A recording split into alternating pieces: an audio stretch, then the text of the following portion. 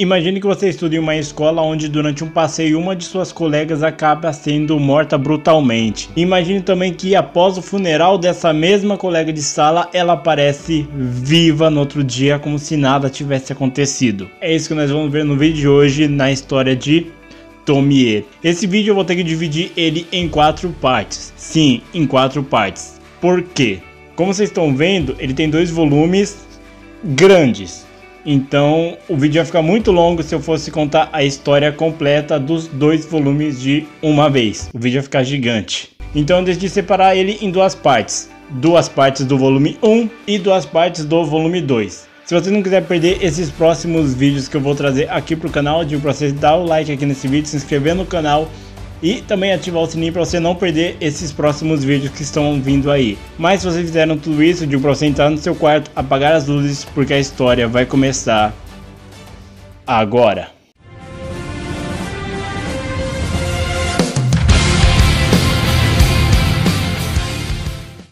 Atenção, esse vídeo terá spoilers.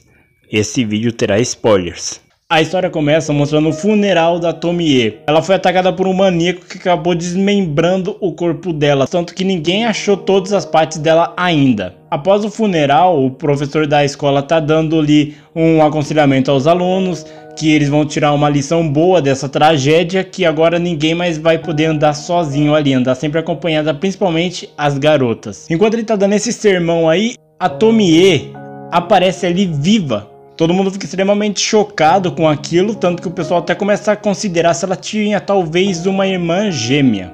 Enquanto todo mundo está se perguntando o que está acontecendo, o professor chama a Tomie para conversar e ele pergunta o que está acontecendo ali, se ela tinha uma irmã gêmea, se é alguma espécie de pegadinha. A Tomie então ela se joga nos braços do professor falando que ama ele, mesmo com ele tentando afastar ela do corpo dele.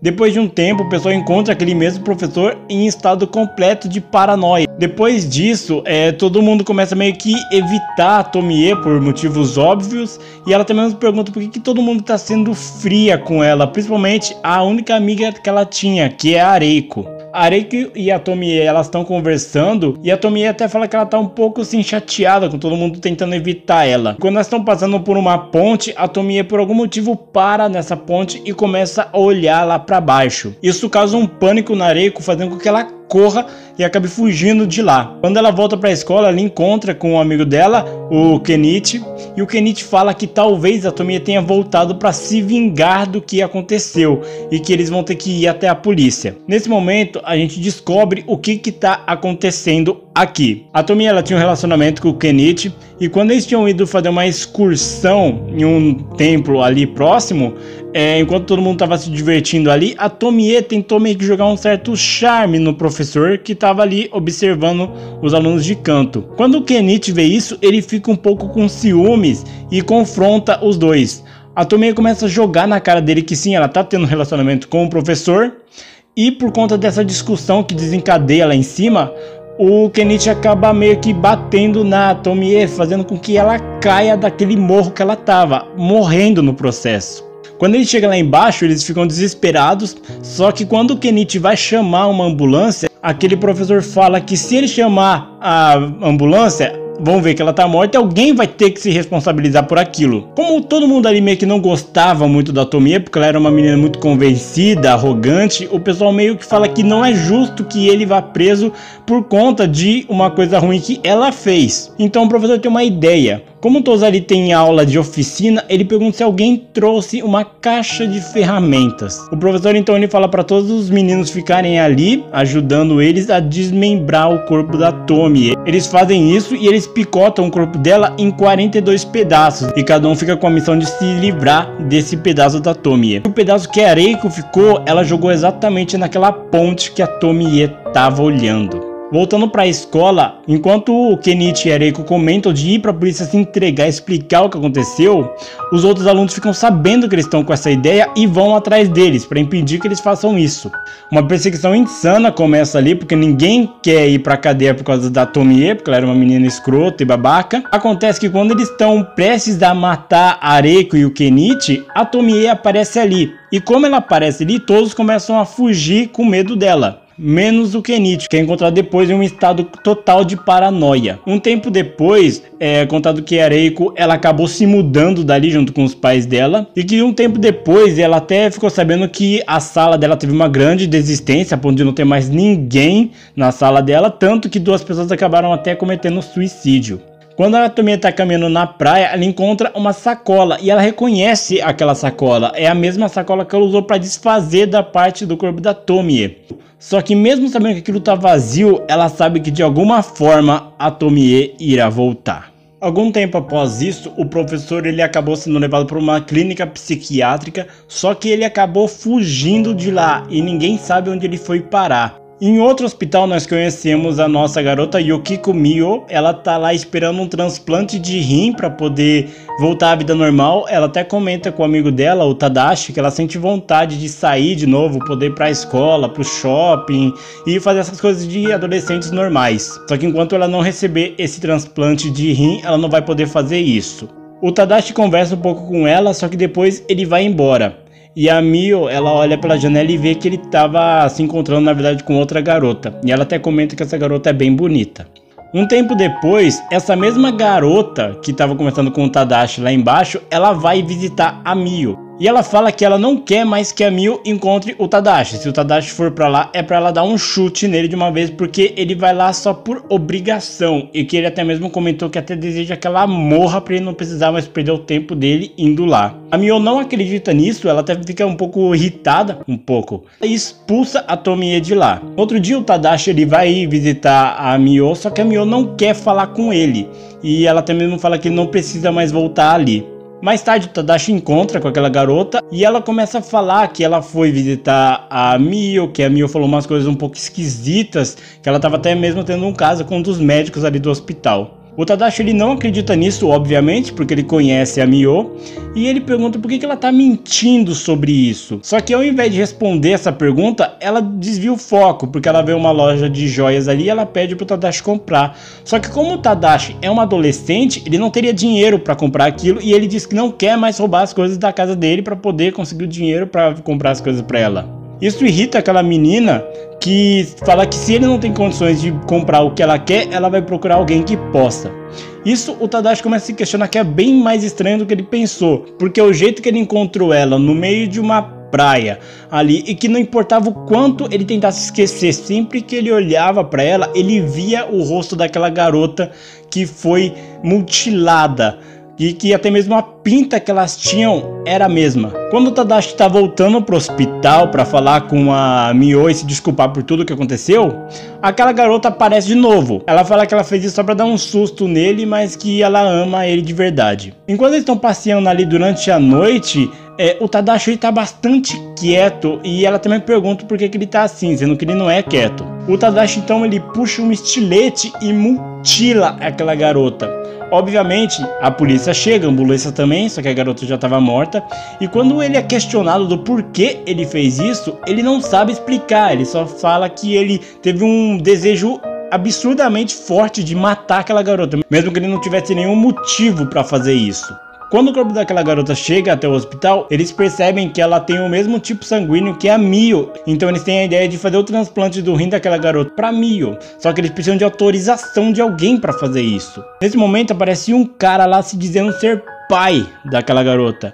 E esse homem é exatamente o professor da Tomie. Ele fala que ele é o pai daquela garota e ele autoriza sem problema nenhum transplantarem um rim dela para Mio. Eles fazem isso e tudo começa a fluir normalmente. O problema é que depois que essa cirurgia é feita, a Mio ela começa a sentir certos desconfortos, até que um dia ela começa a gritar de dor. Os médicos vão e rapidamente fazem um ultrassom do que pode estar causando essas dores na Mio. Eles reparam que tem um crânio humano saindo diretamente do rim dela. Eles fazem então uma cirurgia para remover aquele crânio dali. Quando eles removem aquilo, aquela cabeça começa a falar, falando que o nome dela é Tomie. Um tempo depois, acabou criando meio que uma lenda urbana naquele hospital, como se tivessem feito uma cirurgia macabra e que o resultado dessa cirurgia vivia no subsolo daquele hospital. Tanto que um dos internados ali, o Sato, ele até pergunta para uma enfermeira ali se isso é verdade, só que ela fala que, de novo, aquilo é uma lenda urbana. Quando ela sai da sala dele, o Sato vai atrás dela escondida e ela vai até o subsolo. Ele acha isso estranho e segue ela. Só que a enfermeira comenta com o diretor daquele setor que as pessoas estão comentando cada vez mais desse rumor. E quando eles falam que tudo isso daí começou da cirurgia da Mio, o Sato repara que ele já viu esse nome em algum lugar. Então ele procura e encontra a sala onde a Mio tá. Eles começam a conversar ali, a Mio até acha que é o Tadashi por conta da voz dele ser um pouco parecida.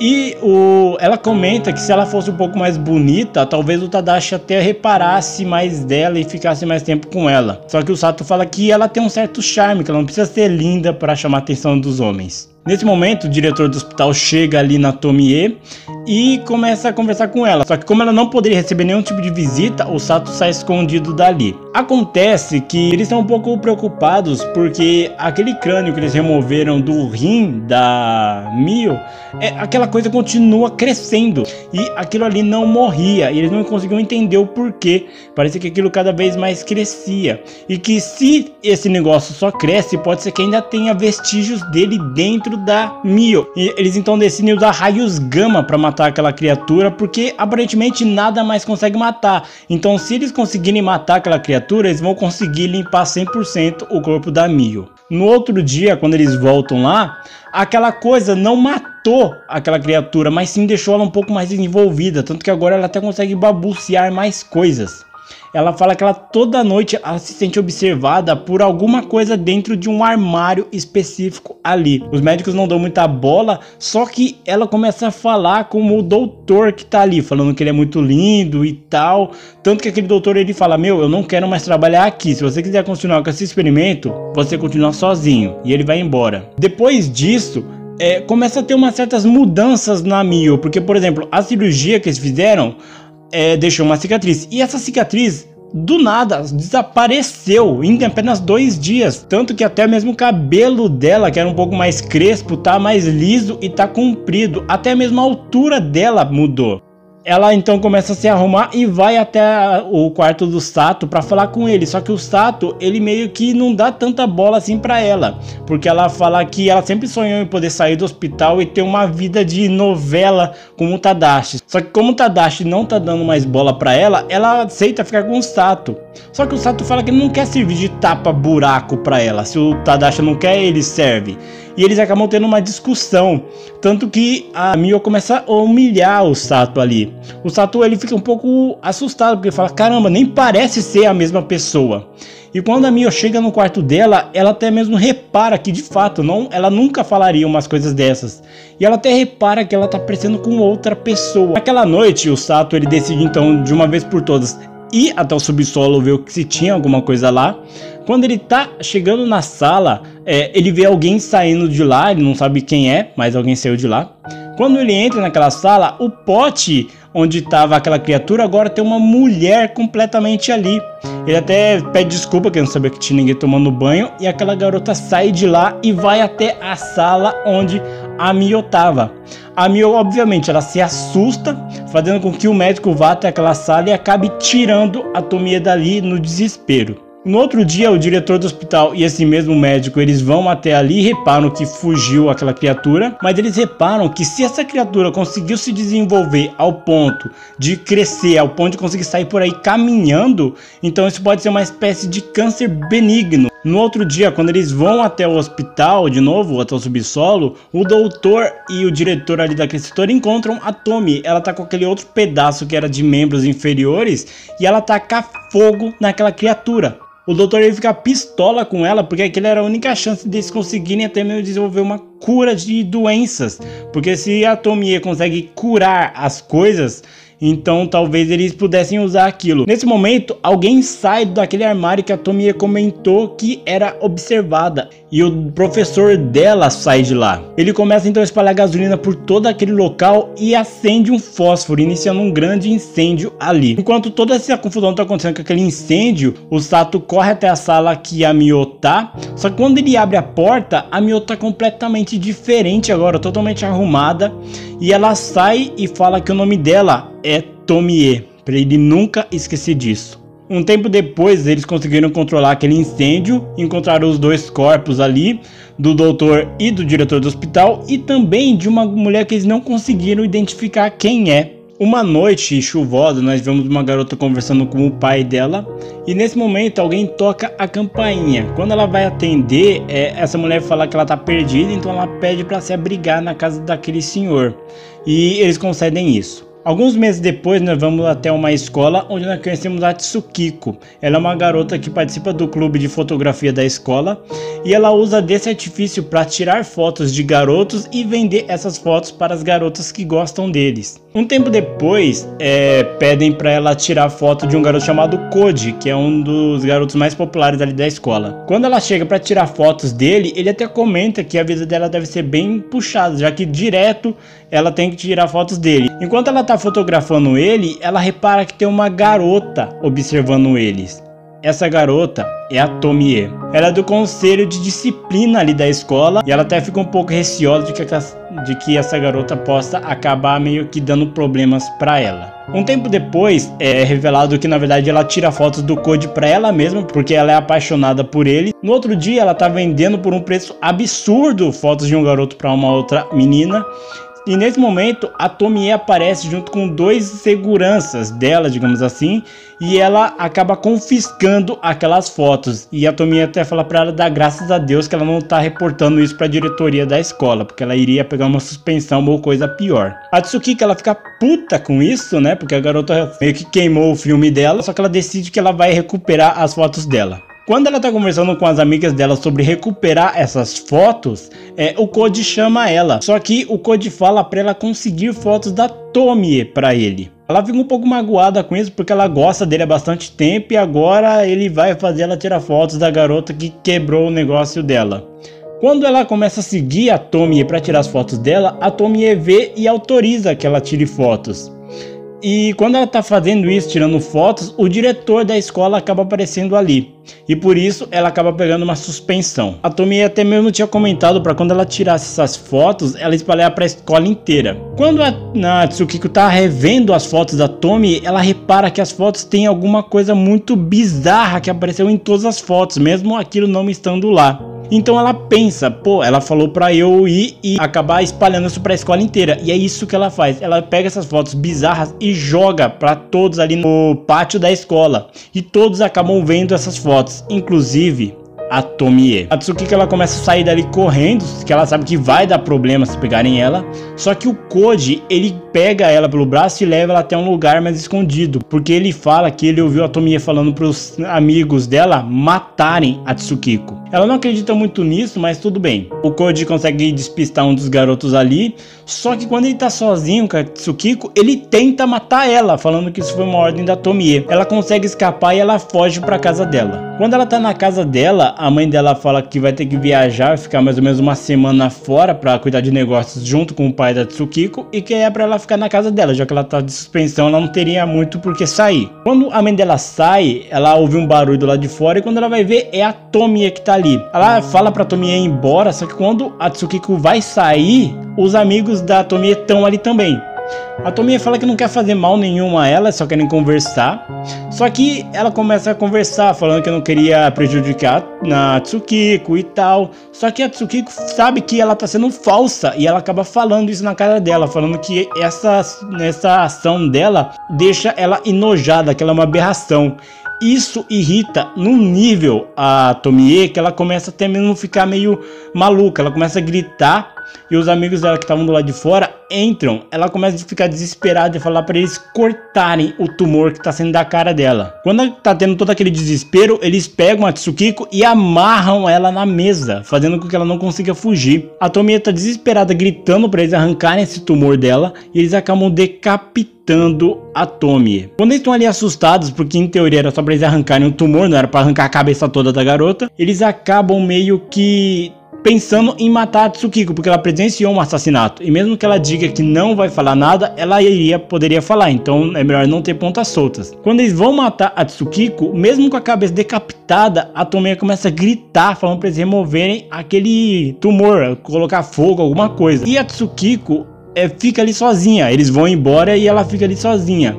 Ela fica assustada porque quando a mãe dela chegar, o que ela vai falar pra ela? Só que aí ela lembra que a mãe dela vai ficar fora mais de uma semana. Só que durante a noite, aquele corpo começa a se levantar, mesmo sem cabeça. E quando ela vira pra Tsukiko, tem uma espécie de cabeça nova nascendo naquele corpo decapitado. Ela então sai correndo e dando gargalhadas. A Tsukiko ela acaba conseguindo se soltar e ela acorda. Ela fala que acabou dormindo por exaustão, porque depois de ver aquilo ela não conseguiu mais dormir. Tanto que ela até mesmo tem pesadelos com isso. A Tsukiko ela tem um pesadelo com aquele corpo decapitado que agora vem e estrangula ela, só que ela acaba acordando desse pesadelo. E ela comenta que não importa o que ela fizesse, ela não conseguia remover aquelas manchas de sangue que tinham ali. Ela conseguiu se desamarrar, como eu havia comentado, e ela acaba fugindo também. Quando ela tá fugindo, ela repara que aqueles garotos foram embora, os amigos da Tomie, só que estavam voltando para dar fim a ela. Quando eles estão fazendo isso, o Koji ele aparece e ele tá totalmente alucinado. Ele pede pra ver a Tomie mais uma vez. Ele, por conta disso, ele é espancado por aqueles dois. E quando eles vão embora e atrás da Tsukiko, a Tsukiko acaba ajudando o Koji, mesmo que ele tenha tentado matar ela. Quando ela tá conversando com o Koji ali, aqueles dois garotos voltam e ficam desesperados porque ela conseguiu fugir. Eles então se separam e começam a procurar por ela. A Tsukiko junto com o Koji, eles voltam para casa dela e ela começa a cuidar do Koji, até porque ele tá com uma febre muito alta e ele aparenta estar bem exausto. Quando ela tá lá cuidando dele, uma das amigas aparece na casa dela, que é a Michiko. A Michiko ela fala que ia visitar ela, porque como ela ganhou suspensão é ótimo, ela queria ver como que ela tava. Quando a Michiko vê que o Koji tá ali, ela começa a se perguntar o que tá acontecendo. A Tsukiko ela não quer comentar o que tá acontecendo, com medo de acabar envolvendo ela. Então ela acaba meio que mandando a Michiko embora. Um pouco mais tarde, aqueles amigos da Tomie voltam e reparam que ela tá ali. Nesse meio tempo, o Koji começou a falar que a Tomie estava chamando ele e que vinha diretamente daquele quarto onde aconteceu aquela tragédia ali. Ele vai até lá e quando ele começa a rasgar o carpete que tinha ali, ele vê que o rosto da Tomie tá ali embaixo. Eles então começam a se beijar ali. Acontece que nesse meio tempo, um dos amigos da Tomie subiu até o andar que a Tsukiko mora e começou a quebrar o vidro da janela para poder entrar. Quando ele faz isso e vai matar o Koji, ele vê que no rosto da Tomie voou cacos de vidro. Isso deixa ele totalmente assustado. Quando ele vai tentar arrancar aqueles cacos de vidro do rosto da Tomie, ela fala que não precisa mais de um cara inútil como ele, que só tinha a missão de salvar ela e acabou danificando ainda mais o corpo dela. E como ele não tem mais utilidade para Tomie, ele acaba pulando de lá de cima, se matando.